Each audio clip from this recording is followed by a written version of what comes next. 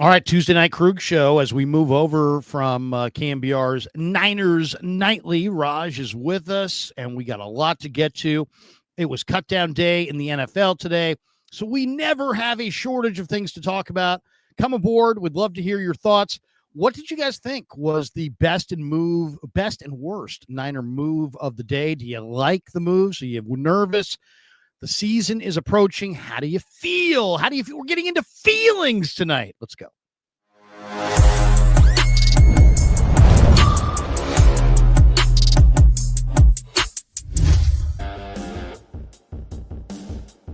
Off and running Tuesday night on the Krug Show. Hope everybody's having a great one. I am. Hope you are. August the 26th, 2025.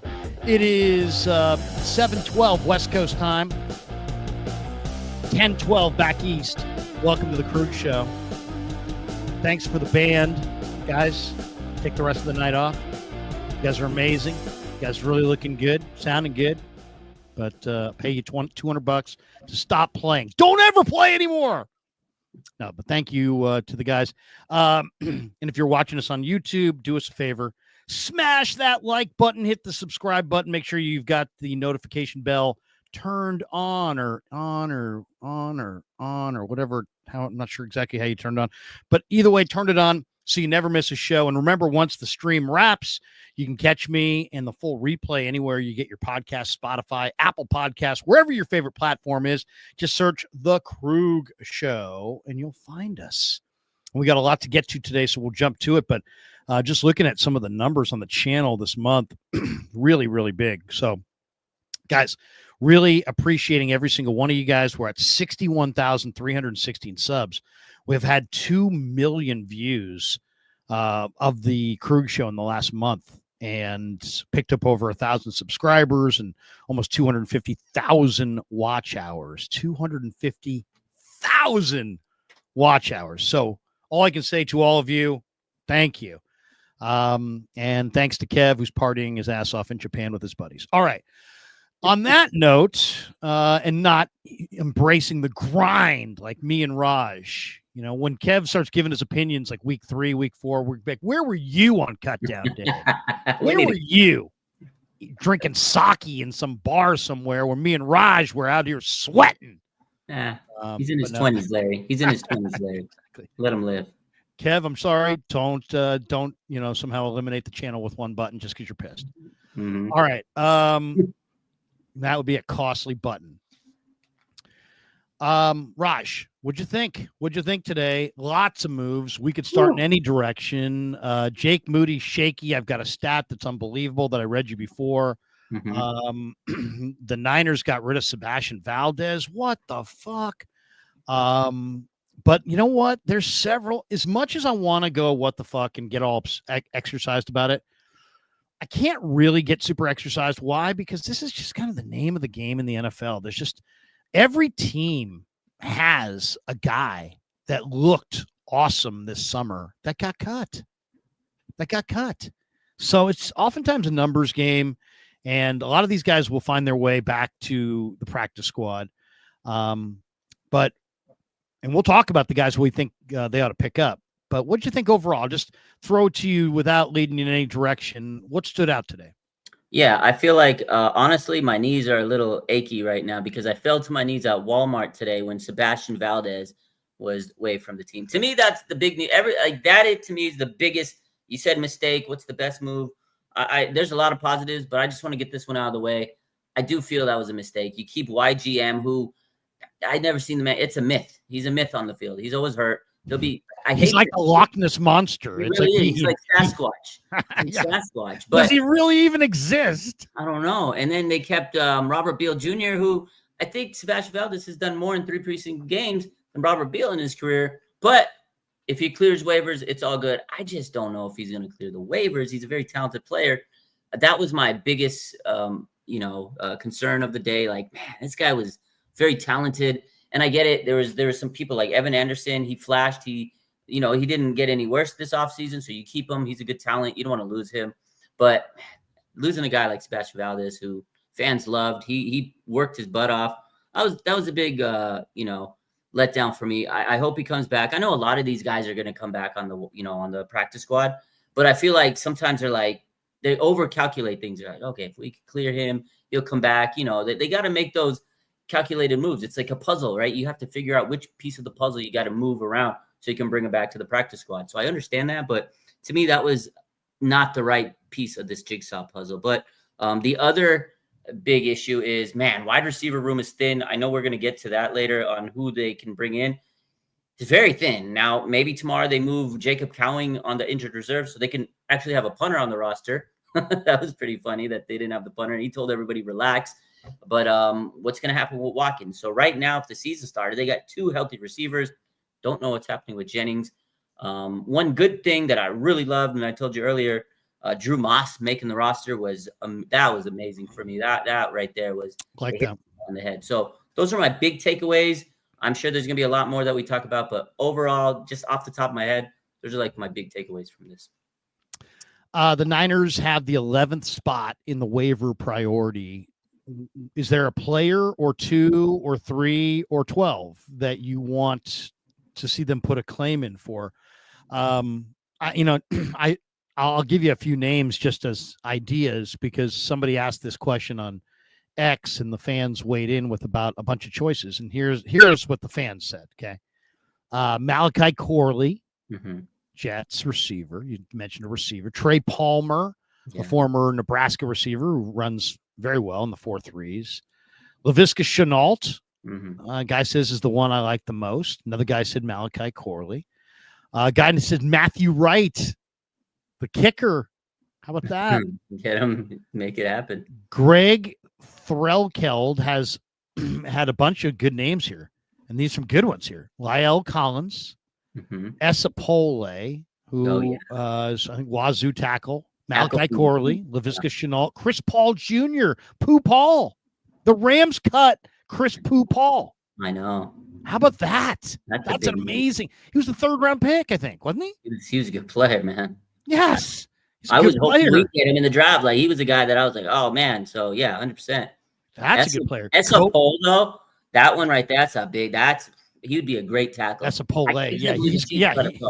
He's a Bay Area. I think he's a Bay Area guy too. Yeah, he's good, man. He's good. He was at Wazoo. He's a big tackle. That might not be a bad tackle. Kobe Bryant, from Kansas. Cobee Bryant. He met with the Niners in the draft process, and I thought they were high on him. That's a great player. I love Kobe. He's skinny. I mean, he's really thin, but I mean, I really like him as a cover prospect. Hunter Renfrow, not a bad name. Hunter Renfrow might not be bad. He's got sticky hands.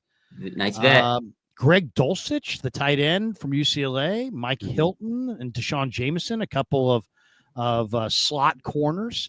Here's a name that I just love. He says Javon Foster, the Missouri offensive tackle, and I forget who drafted him, but I love Javon Foster at Missouri, and that would be the guy. Like for the Niners, I would cut Burford or Pleasance and go for Javon Foster. Yeah, Austin Pleasance. I can't believe he made the roster. Unbelievable. I was surprised that he made it. I'd rather have Esapole and Javon Foster 100%. I would. Yeah. You know, your boy, I can't believe you didn't mention him, Willie Lampkin. Larry, they need to get your boy Willie Lampkin on the roster. I'm wanting to see if he's on this list. Somebody said Sebastian Valdez. Yeah, I hope he clears, man. Somebody said Jackson Meeks, who had a great preseason for the Lions. I don't love him. He's kind of a slowish receiver. Yeah. Somebody said Chris Paul. Okay, yes, Willie Lampkin. I'm glad you brought it up. One of my old buddies in sports radio. I don't know how much time you ever spent in Southern California. You ever spend any time in LA, Raj? A lot of times. I used to live in Vegas. That was a hop, skip, and a jump. Okay. You ever listen to the Mighty 690? You ever heard of the Mighty 690? Maybe, but it's been a minute. Sports radio. Anyway, there was this guy who had a show on there, Lee Hacksaw Hamilton. Okay. And he'd be like, I'm Lee Hacksaw Hamilton, and welcome to the Mighty 690. And people would call up, hey, Lee, I want to talk about Darryl Strawberry's hamstring. And he'd be like, excellent topic, my friend. I'm glad you brought it up. Like that. And he knew everything. The guy absolutely knew everything. So that's how I feel when you bring up Willie Lampkin. Yeah. Excellent topic, my friend. I'm glad you brought it up. All right, here it is. That's a long way to go for a joke. All right, here we go. Here is a tweet that I saw about Willie Lampkin today. I'll share the screen on this one. This is really good. Let's see. Here it is. Willie Lampkin was the highest graded rookie offensive lineman in the NFL in the entire preseason, according to PFF, with an 88.1 grade. Does he make the Rams 53-man roster after that performance? Drop your take. Highest graded rookie, this and that. Did he make the Rams roster? Should he? Yes. Yeah, I'm sure all the people are yes. Hell yeah. I sure hope so. All this stuff. And didn't make the roster. Wow. So I tweeted out, I said, please, 49ers, sign Willie Lampkin. He's a versatile beast of an offensive lineman, I say. Short, but plays with incredible leverage and toughness. He was a championship wrestler and is very versatile. He can play fullback on the goal line, center, guard. This guy is a force. His tape is impressive. And then I even attached the You tagged John Lynch, baby. I tagged John Lynch just to make sure. Because that's how passionate I am about Willie Lampkin coming to the Niners. I got to tell the guy who's actually got his finger on the trigger, whether he does something or not, that's up to him. But my work here is done. I can do no more. I've brought the horse to water. I can't make him drink. Yeah. That's how I feel about it. I love it. I love that you tagged John Lynch on that, Larry. Do you like that? If we get Lampkin, Larry, it's all you're doing. I'm gonna give you all your flowers. I'm gonna tell everybody. Could you mention me in like a post or something? I will. I'm gonna do it. You know why we got Drew Moss last night? Me and Brock Lesnar, we went down to Levi Stadium and we applied some pressure to Kyle Shanahan. Drew Moss, he's dating Maya Lesnar. That's Brock Lesnar's daughter. We went down there. We can't tell you what we did, but let's just say we put some pressure on Shanahan's neck. That's what we did. Who may have helped Drew Moss is our buddy Brad. He might have. He actually Brad went and dug up some of the greatest sequences that Moss had in the preseason. He did. And Brad's got a big audience too, like you, and he put it out there, and I kept seeing that. Got a lot of views. Drew Moss is pretty damn good. He's good, man. I'm glad they kept him. I am too. Kelge, I was worried. I thought they were going to play I tip my cap to the Niners on that one. I do. I agree. Don't you? Nice. Because they wanted to keep Zakel for Purdy. Brock Purdy's old roommate. He's probably like, hey, you got to keep my guy. This is my roommate, my former roommate before I got wifed up. And they didn't do the roster politics. I was very, very, very surprised, Larry. I was very surprised on that. We have here, somebody tweeted us out. Let's see if I could we have here the actual depth chart. So let's see here. See what we got going here. Yeah, here it is. So this is what they went with: 2 quarterbacks, 5 running backs, 3 tight ends, Kittle, Farrell, Tongus. Tongus is on the team. The great Tongus. Not to be confused with Snuffleupagus, the great Tongus. Wide receiver 5, but wait, only 2 of them can actually play. Jennings is out. Pearsall's there. Sky Moore's there. Jacob Cowing is not going to play for a long time. And Jordan Watkins. Demarcus Robinson, 3-game suspension. Ayuk, reserve PUP. Gage has got the MCL sprain. He was cut. They'll probably get him back. Chosen was put through waivers, or was released, I should say. Are you surprised they're so forcing this with Cowing? He was a 4th-round pick last year. He didn't do much last year. It wasn't like he was really great last year. And then it's like, he hasn't played at all this summer at all. He was like a couple days. He got hurt before camp started. Then he came back for like 2 days. He was running like it looked like about 50%. Then the 3rd day, it looked like he was more like 75, 80%. Then he was out again. And he hasn't played since. Yeah. It's like, shouldn't they just kick him to the curb and go get somebody else? There's other guys out there. Why are they treating Jacob Cowing like he is something when he's probably closer to nothing than something? Why?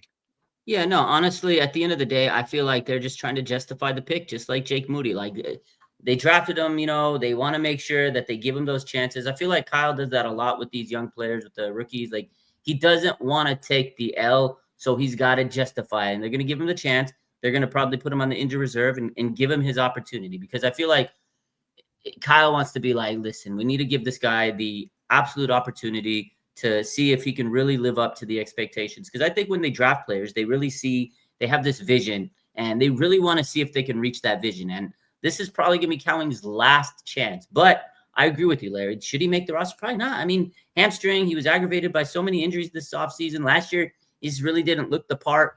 He's a guy that probably isn't going to ultimately make a big splash on this team. But I think they really want to justify that draft pick. And they do it a lot, Larry. He's not the only guy they've done it with. But I agree. There's so many options out there on the waiver wire that we talked about. Laviska Shenault. I mean, come on. Trey Palmer. There's so much talent out there. It can't be any worse than Jacob Cowling. But again, ultimately, it comes down to you got to justify the draft pick.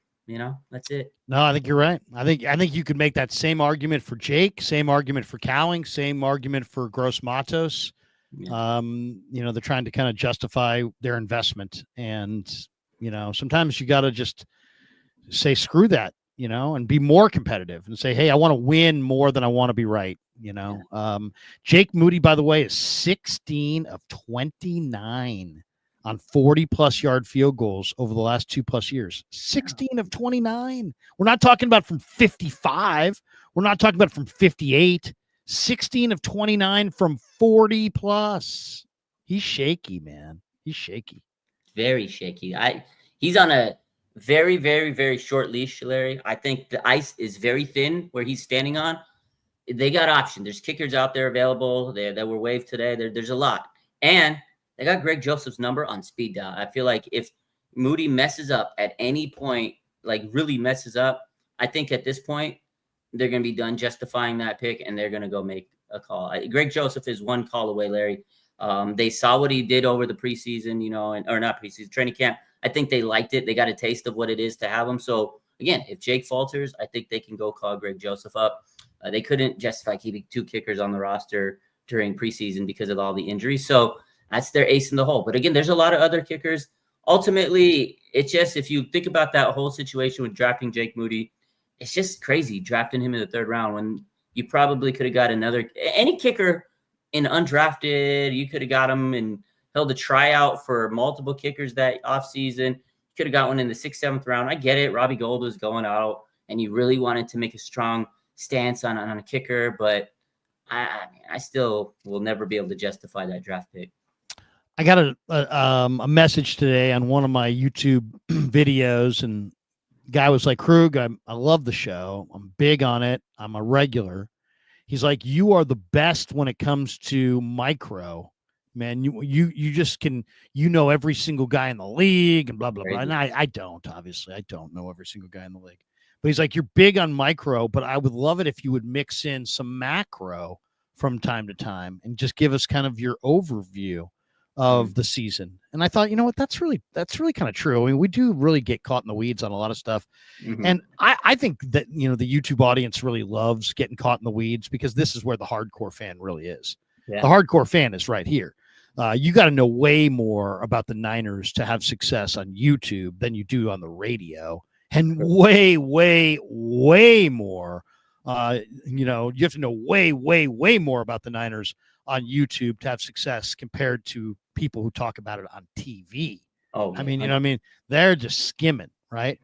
So guys like, hey, you go micro as well as anybody. Can you give us a macro view on the year? And I thought that's a good one. We'll bring up tonight with Raj. So Raj, before I give you my macro view on the year, give me yours. How do you feel about 2025? Do you feel good? Do you feel bad? Do you think it's going to be a big year? If the Niners are going to be successful, what's going to be the driving force behind it? If they're going to fail, what's going to be the driving force behind it? Give me your kind of macro vibe on the Niners based on everything. Because you've been at practice. Raj has seen a lot of practice this summer and goes as deep on the Niners as almost any person out there. So he's a perfect person to ask on this. What do you think, Raj? Yeah, no, honestly, I'm very cautiously optimistic. Like, I have a good feeling about this team. I mean, look, it's top heavy. You got George Kittle, you got Christian McCaffrey, who looks fantastic. I mean, he looks like he's back to his old form. I know Trent Williams the other day said he's 2023 Christian Offensive Player of the Year Christian. He really looks like it. You got Fred Warner, Bosa, DeAndre Lenore. Like, you have such good talent. Trent Williams and Brock Purdy. There's Ricky Pearsall looks like he's going to take this leap. Like, there's so much talent, but you also have a lot of young players. So are those young players going to hit a wall at some point, the rookie wall? Can they push through that adversity? And then the injuries, to me, are the biggest concern. They've been injured a lot during preseason already. Can they avoid those injuries throughout the season? That's going to really dictate this year. There is like a big, tough stretch of games in the middle of the year. Overall, I know the schedule is easy, but I don't like to sit there and say, oh, they're going to win 13 games because the schedule is easy. I hate to say that because no game is easy in the NFL. But I do think the 49ers should be better than 6 wins this year. I got them at 10. It is going to be tough in that division because all these teams are, chomping at the bit. No matter what the record is, you play your division rival, it's a tough game. So the Niners have to be able to win those division games. That's what really hurt them last year. That, to me, is the key for them to be able to get back into that playoff mix. But I have a good feeling about them. Again, they have some really good talent. These young guys last year played fantastic. I have faith that the young guys they brought in this year are going to be fantastic. They just have to make sure that they don't hit that rookie wall too early because, again, they're going to be starting a lot of rookies this year. And how are they going to fare throughout the season? 17 games in the NFL compared to 12 games in the college ranking. So that's to me the big test right there. And then will the O-line be able to hold up? There are some questions there. Trent Williams, he's been banged up the last couple of years. If he gets banged up, that's going to be tough sledding for Brock Purdy. But overall, I have them winning about 10 games this year. And I do think they can make the playoffs. But those factors I said are really going to kind of limit them. And then right now, like I said, injuries are a big key. We had 2 healthy wide receivers right now as it stands. I know that'll change that up, but they got to really hope that when Brandon Ayuk comes back to the mix, that he's, somewhat of his old self. But those are the concerns. But I do think this team has just an abundance of talent, and they're probably hungry to kind of bounce back from last year. That was a bad year. Guys like Kittle and Bosa, they want to wipe that slate clean from last year. So they're going to be hungry going into the season. Yeah. I have a lot of good vibes about this year. I mean, first of all, if you watch Niner football and look at all the factors as closely as you and I do, that there were a lot of negative factors last year. I mean, the schedule was brutal. Mm-hmm. It was a brutal schedule. The Niners were like minus 22 in rest days compared to their opponents. If you compare them to the Ravens, they were minus 41 rest days on the Ravens. They were both Super Bowl contenders, you would think, at the beginning of the year, but the Ravens had a schedule that had 41 more rest days than the 49ers. I mean, that is astronomical in a sport that's 4 or 5 months long to have 41 extra days for football. So the Niners had a terrible schedule rest-wise. They had a terrible schedule as far as they had a real short offseason. They had some personal tragedies. They also weren't as deep as they needed to be because of the Hargrave signing and the Trey Lance trade. And all these things I thought caught up with them for sure. How about this last year? The 49ers, they played 17-game schedule.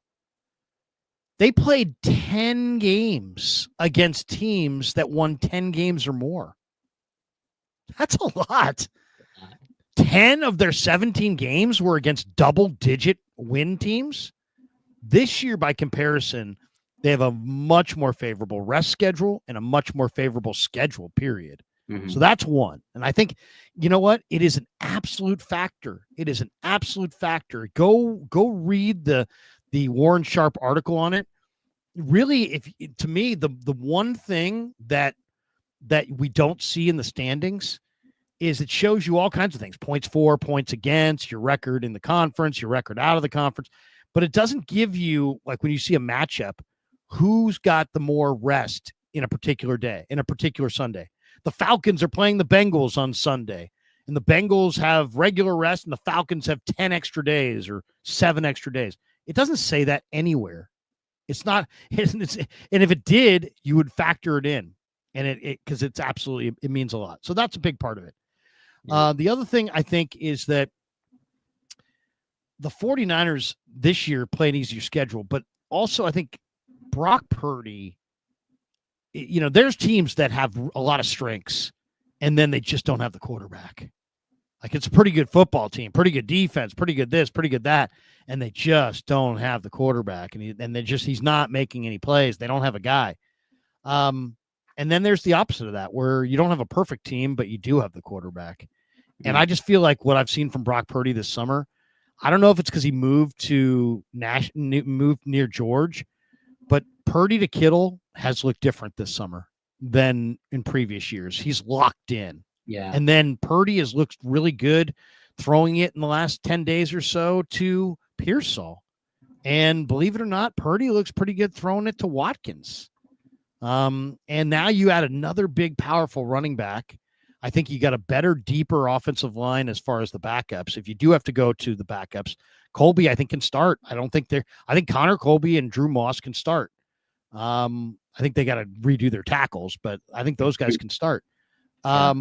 And then defensively, they're leaning on some young guys for sure, but they got a great D-line coach.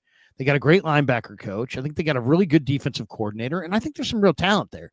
I don't look at any of their spots and go, oh my God, they are putting that group of linebackers out there. No, it's pretty good. Fred Warner, D. Winters, Nick Martin, Tatum Bethune. I feel pretty good. And then corner-wise, you go Lenore, Renardo, and Upton Stout. Renardo is going to have a year. He's going to have a year. And Stout, I saw just running on the practice field the other day. Whatever he had, he doesn't have anymore. He's flying up and down the field. So he looks great.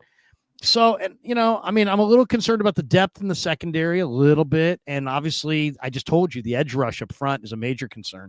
Yeah. But I think they'll figure it out because they're really motivated to contend. And I think with Purdy kind of elevating the thing and taking care of the ball and playing better football and having a two-headed monster you got two starting caliber running backs, a little bit more rested team this year, a little bit more angry team because of last year, a lot easier schedule. They were 1-5 in the division last year. They had dominated the division the 2 years prior. I think they go back to, instead of going 1-5 in the division, I think they're either 500 or better in the division. At least. And I think they're 3-3 or 4-2 in the division. And I think they're going to be a 10-win type football team. I do think, they're going to be, they'll have some bumps in the road. There'll be some inconsistency. There is some youth, but I do think that they're going to be one of the better teams in the NFC. I think they're going to make the playoffs. I think they're going to win a playoff game. I think they're going to be in the NFC Championship game. I don't know where it goes from there because you just never know, but I think they've got, like, if you told me this team was in the NFC Championship game, I wouldn't be like, what? No way. I'd be like, yeah, okay, I can see it. It's going to take some breaks. I mean, 2 times in the last 5 years, the 49ers have been the most injured team in the NFL. And both times they won 6 games. If they're the most injured team, they've been the most injured team this summer. If they're the most injured team all season long, they're going to win 6 or 7 games. Yeah. I mean, that's the way it's going to go. That's the way it is in the NFL. But as long as they don't have mass injuries, I think they're a 10-11 win football team, and I think they're going to win a playoff game. I could see them in the conference title game. I really could. Yeah. No, I think you're right. And like I said, that's why I stressed in my macro evaluation is injuries. That's going to be the key because they have a great top-heavy team, but I just don't know about this depth. I am excited for this defense. I mean, obviously, you upgraded big time in the defensive coordinator position, and I really trust Robert in really bringing the aggressiveness out of this defense. That's something we didn't talk about. I mean, I think they're going to have a lot more turnovers. I think they're just going to be a really relentless defense, and I'm excited. I think Fred Warner and Bosa, they know what Robert Saleh brings, and I think that's really going to help this team. I mean, in the preseason, you had Robert Saleh jumping up on the side on a preseason game a couple weeks ago, so that intensity is going to help this team. I think the defense is going to be much improved.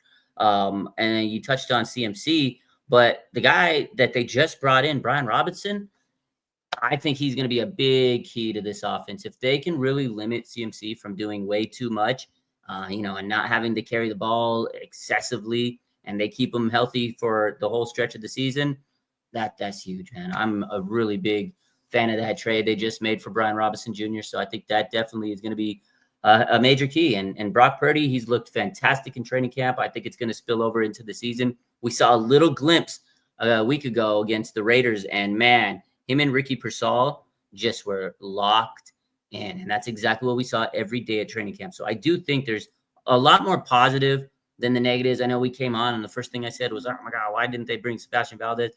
Overall, this team has a lot of exciting things to look forward to. And if they can stay healthy, they will be a force in the NFC. They need a receiver. They might need two. If I said to you, give me two receivers that you want to go after, who are your two? Man, that's tough. I would say Hunter Renfrow, because I do think having a veteran in the clubhouse is nice, especially with such a young group, and a guy that can kind of get some he can be a little bit more stable when you throw him into a new team. He doesn't have to learn as much. He could probably figure things out a little bit quicker. I'd go Hunter Renfrow, and I'd go I'd go probably Trey Palmer. But the third option, I'll give you a third one. I'd probably take Laviska Shenault. I've wanted this guy in the Niners for the longest time. They have that. They like those versatile guys that could do a little bit of everything. I think Laviska Shenault would be my top three. But Trey Palmer, Hunter Renfrow, I'll be happy. Okay. I'll go Raheem Jarrett. I really like Raheem Jarrett. Malachi Corley would be great. Yeah. I've been talking about him for a while. But I'll tell you, there's a guy out there that I'm intrigued by, just because, he was just been so good at, so good in college. And that's Xavier Restrepo, the Miami receiver, who was released from the Titans today. And, this guy is small, and he's kind of a college guy, but he's got great hands. I almost want to show you this because this is pretty impressive. Are you familiar with Restrepo at all? The Hurricanes? Yeah. I played him on NCAA. You ever play the game NCAA football, Larry? Yeah. Don't worry. Yeah, we know about Restrepo. Yeah. So what really is impressive about Restrepo more than anything is his production. And I'm gonna bust out he's a rookie, so he hasn't really done much, I'm sure, this summer, but here's what he's done. Here's his game log from college. Okay. This is last year. This is his last year game log with the Hurricanes. I'm going to put it on the board here. You guys can see this. This guy might be worth taking a flyer on. Now, he's small and he doesn't run. He's not like a great runner, and he might be more of a college player, but the ball skills are off the charts. And look at this production when I show you this. This is his game log from last year with the Hurricanes. Okay. Game 1, end of August against the Gators, 7 catches, 112 yards and a touchdown. Game 2, Florida Atlantic, 4 catches, 104 yards and a touchdown. Wow. Game 3, Ball State, 3 catches, 47 yards, 2 touchdowns. He's catching balls from Cam Ward here. Yeah. Game 4 at South Florida, 6 catches, 99 yards and a touchdown. Against Vatek, 5 catches for 60 yards. That was his down game. Against Cal, at Cal, which was a great game. 7 catches for 163 yards. Next week against Louisville, 7 for 101 and a touchdown. Then he had a down game against Florida State, only 4 catches for 24 yards. Bounced back against Duke for 8 for 146 and 3 touchdowns. Wow. Finished the year 9 for 148 and a touchdown against the Cuse. He's not big. He's 5'10". But he's a great route runner, great hands. What do you think? You want to take a shot on Xavier Restrepo? 100%. He'd be better than Renfrow. I know I said Renfrow, and people cooked me in the chat, but again, I like a veteran option. I know he's a little older, but I still think they need a veteran. But Restrepo would be fantastic. He's a guy I think could definitely be worth a shot. At this point, Larry, beggars can't be choosers. They are thin at wide receiver. They're thinner than me at wide receiver, which is not a good thing. They need to get some bodies in there, somebody that's got some talent. Because, again, if you were to start the season today, right now, you got Ricky Pearsall and Sky Moore.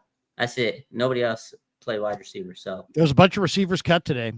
MVS, Donovan Peoples-Jones, McCole Hardman, big play Tay Martin, Michael Gallup, Giles Jackson, Jerry's son, Brendan Rice, Matt Landers, Mario Williams from the Rams, Dante Pettis, Hunter Oh, no. Renfro, Robert Woods, Deontay Johnson, Malachi Corley, Laviska Shenault, Raheem Jarrett, just to name a few.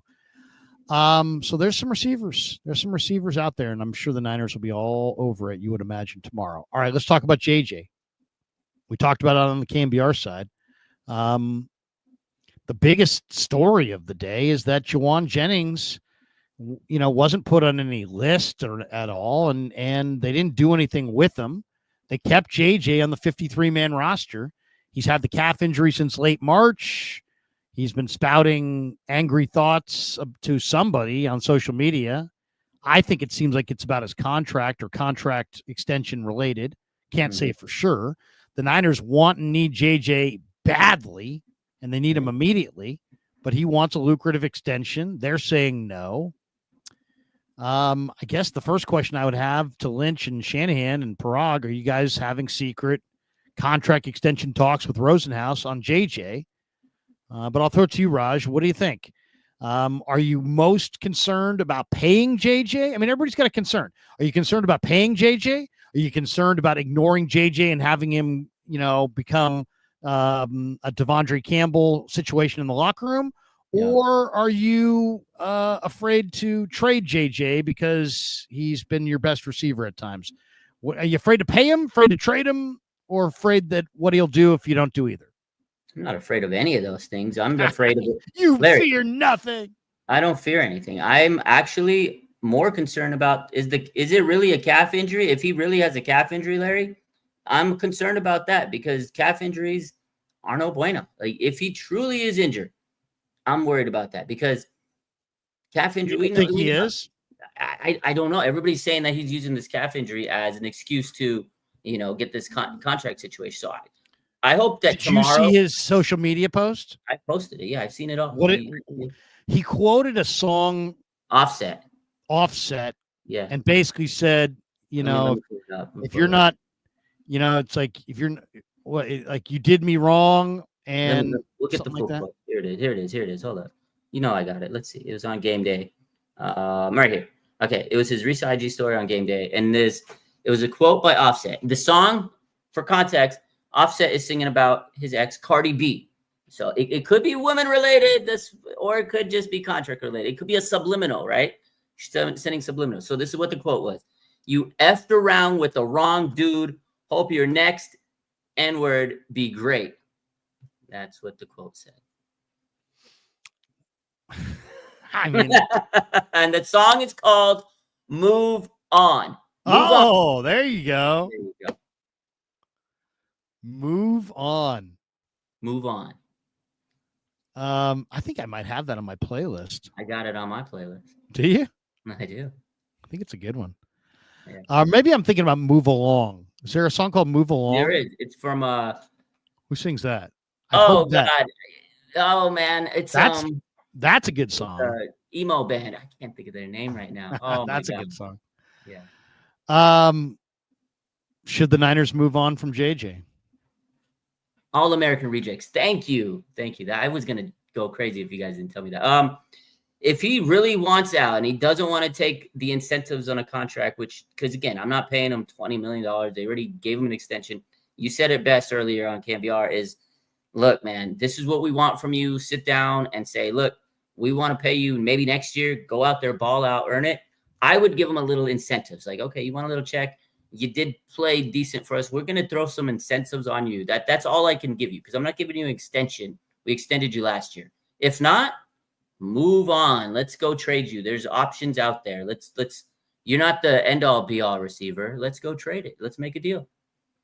Yeah, the one that seems like seems like a no brainer is if Jacoby Myers really wants out of Vegas. That seems like a no-brainer. Why? Because they want to run the football. They've got cap room to pay JJ. They want to run the football.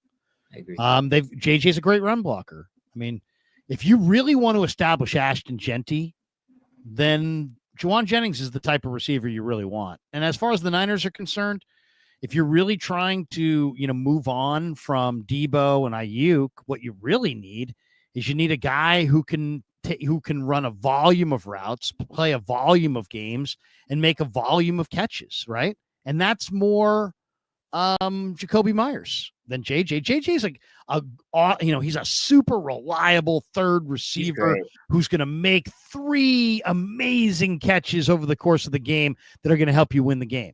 But if you need him to give you 9 catches for 141 and 2 touchdowns, he's probably not going to last too long. He's probably not going to work out. Yeah. Where Myers, I kind of feel like on the Niners, as good a route runner as he is, as accurate as Purdy is, Myers could wind up having a couple really productive years. I think he could be the Niners' leading receiver.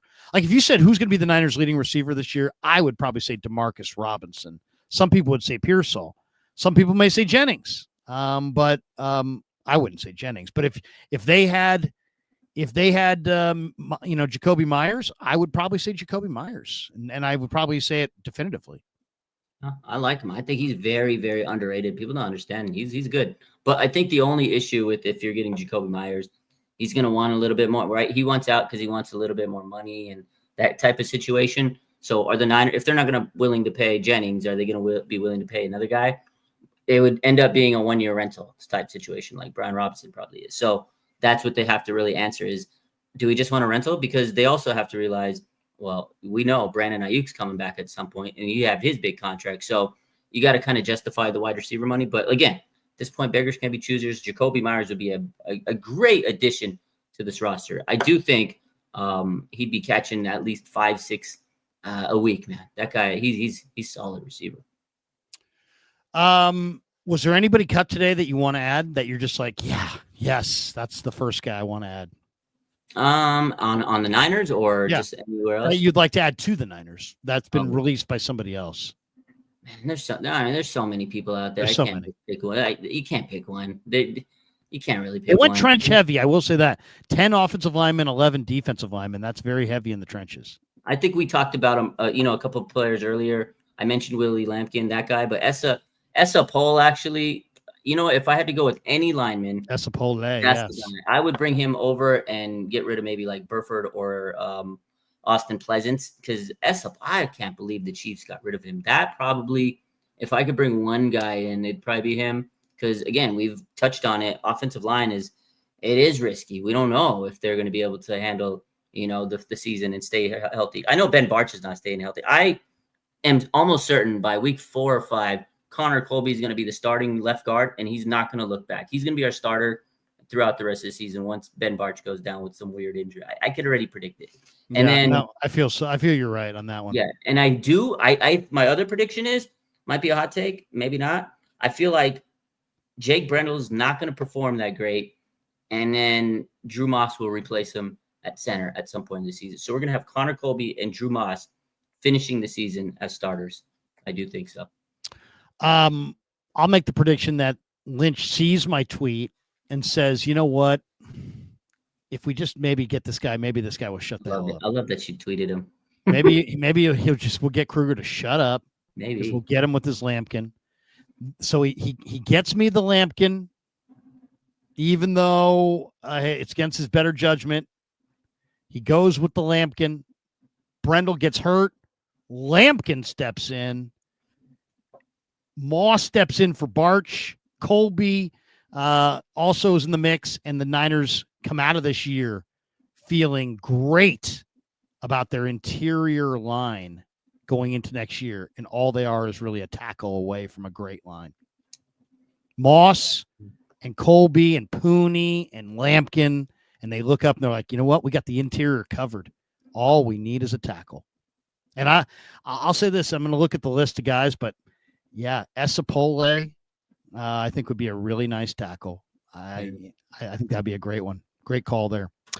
Raj, why don't we do this? We'll call it here. We normally, go on and on and on, but we're going to call it here. We're 45 minutes in. We do have 6 supers. So let's hit our supers before we get out of here. Miguel Landa. Larry, what if they make a claim for Restrepo? Or what if they make a claim for Restrepo, the Titans wide receiver? Yeah.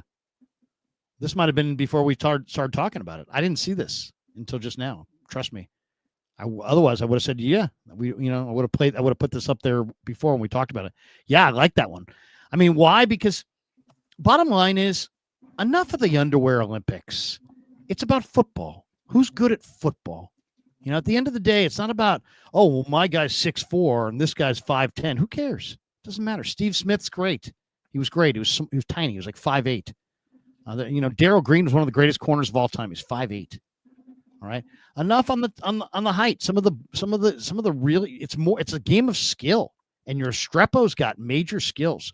Forget all this. It's August now.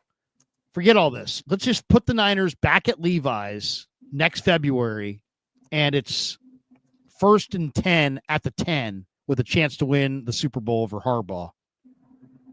Who are you going to want as a receiver? You're going to want some 6'4" gazelle who runs up and down the field, or do you want Xavier Restrepo, who's going to absolutely go up in a crowd and hold on? You're going to want Restrepo. So I like the ball skills. I take a chance on a guy who couldn't run.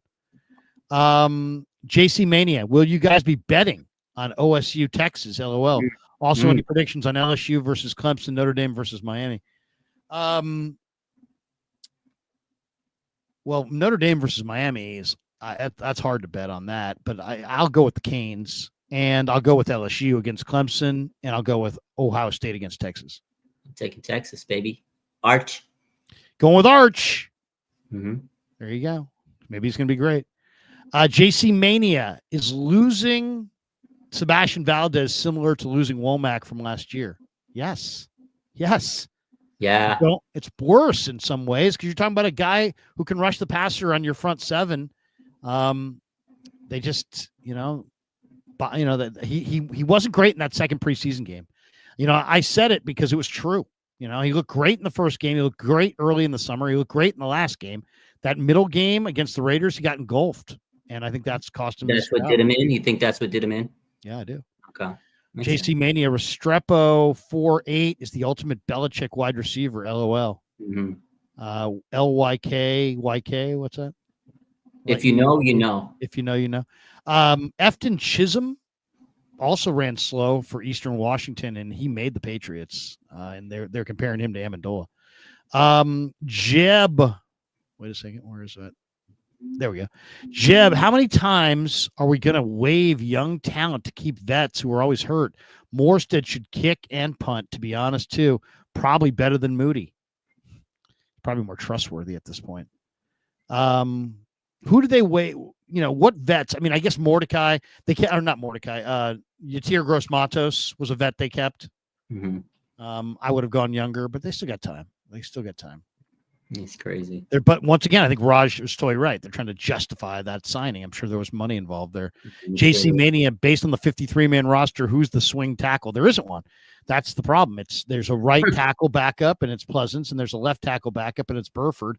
And the truth be told is neither are good enough. And they're both just slow enough footed to get the quarterback killed. Hopefully it won't matter. I would pick up Javon Foster for sure, and definitely look at the other tackles out there because I think there's better guys on the street. JC Mania, my favorite Niner duo, Krueger and Raj, pulling off double duty tonight. You absolutely love to see it. I said, Raj, can you go a little KMBR and then turn around and do the Krueger show? And he's like, let's do it. Anthony Catania's in the house. Great show as always, guys. Raj, thank you for the follow. Go Niners. I just tweeted out a video last night of Sharp Corners Sports Cards and Collectibles, one of our sponsors. They're at 205 Cypress Avenue in Pacific Grove, California, on the Monterey Peninsula. And that Anthony Catania right there is at 831-521-5264. And he's a great follow on Instagram at Sharp Corners 831 on the gram. Big Niner fan. And if you want to see what Sharp Corners looks like, it looks like the TV station down in the Central Coast did a nice little piece on them on the news. Anthony sent it to me, and I tweeted it out. So if you follow me at Sports Larry K, check that out. It's very cool. Very cool. And congrats to Sharp Corners, Sports Cards, and Collectibles for the good pub. All right, Raj, that's going to do it. I'll give you the final word. Niners, the only weird thing about the schedule now is that so the Niners had this cut down, all this momentum, and it used to be like the season was like days away, but now we have another whole week and a half. It's kind of a weird. What do you think of the kind of delayed start where we start what? Today is Tuesday. We start 2 days from tomorrow, right? Or I mean, a A week from Thursday is Yeah, the the first season game. starts Thursday, and then we don't play till Sunday. Obviously, Obviously, there. yeah. I honestly, I love it because there's so many injuries right now. I think we need a little time to kind of lick our wounds from the preseason and stuff, and also to figure out the Jauan Jennings situation. So I don't mind it. I'm okay. We need a little break to kind of get ready because the next couple of months, my mental health is on the line for however this team performs. Kind of justifies my mood, and I'm sure most Niner fans will attest to that. Also, jerseys dropping this week. It's going to be that'll kind of get everybody juiced up and excited when they drop the new jerseys on Thursday. Get it one last weekend to kind of go out, enjoy yourself, and then you better lock in because it's going to be football weekend every week for the rest of the next 6-7 months. I saw some guy on social media giving his girlfriend or wife like a 2-week notice. Did you see that?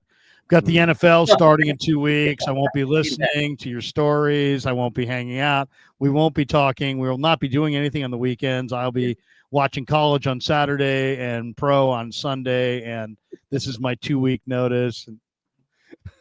Oh, man, that's funny. Those videos. I've seen so many videos. Is like you're gonna sign a petition. You're gonna sign this contract of what we're gonna do for the off or for the season. Like I'm not going out with you on Sunday. We're not doing it.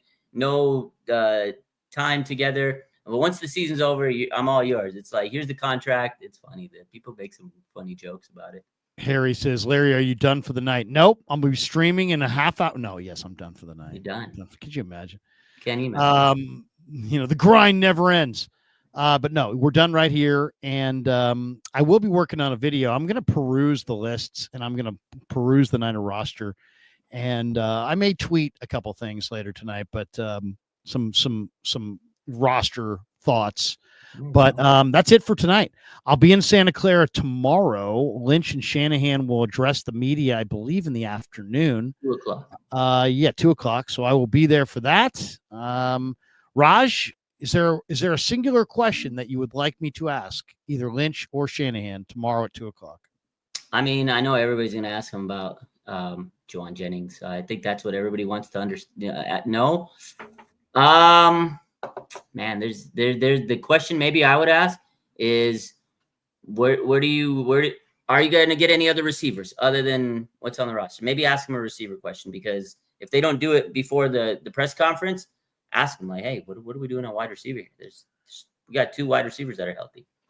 Hey, I noticed that you guys have 10 offensive linemen. Can Pleasance play slot receiver? Yeah.